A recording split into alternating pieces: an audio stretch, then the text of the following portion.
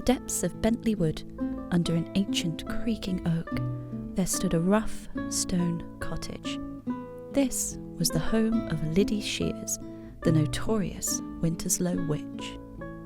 In return for snuff and tobacco, Lyddie would help the poachers trap hares, drawing them in with the sparks from her flint and steel to be shot. Local legend had it that Lyddie herself could transform into a hare. These creatures have long been thought of as otherworldly interlopers or shapeshifters.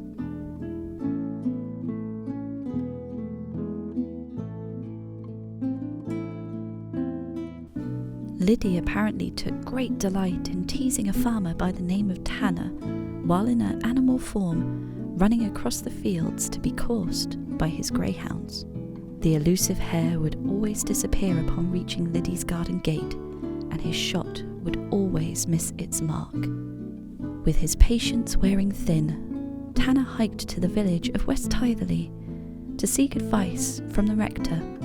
He was told that if he wanted to catch the animal, he was to melt down a 6-penny piece and forge it into a bullet. The next night, Tanner lay in wait in the hollow, rifle in hand. He sighted Lyddie. The chase began, with both hare and hounds tearing through the valley. The hare then sprinted towards Lyddie's gate. Tanner raised his rifle, and as she leapt for the sanctuary of the garden, he fired. This time, his aim was true, and the bullet caught her squarely in the chest. Tanner ran to triumphantly claim his prize, but upon reaching the gate, there was no hare to be found. Some days later, a traveller called at Lyddie's cottage. When she rapped on the door, she was met with silence. Curious, she peered through the kitchen window, and there was Lyddie, dead on the hearth.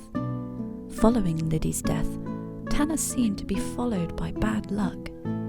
One night, a freak storm, the likes of which the county had never seen, tore across the land and wrenched his crops from the ground, leaving his fields barren and bare. He was awoken in the dead of night to the smell of smoke. He rushed outside to find his barn ablaze.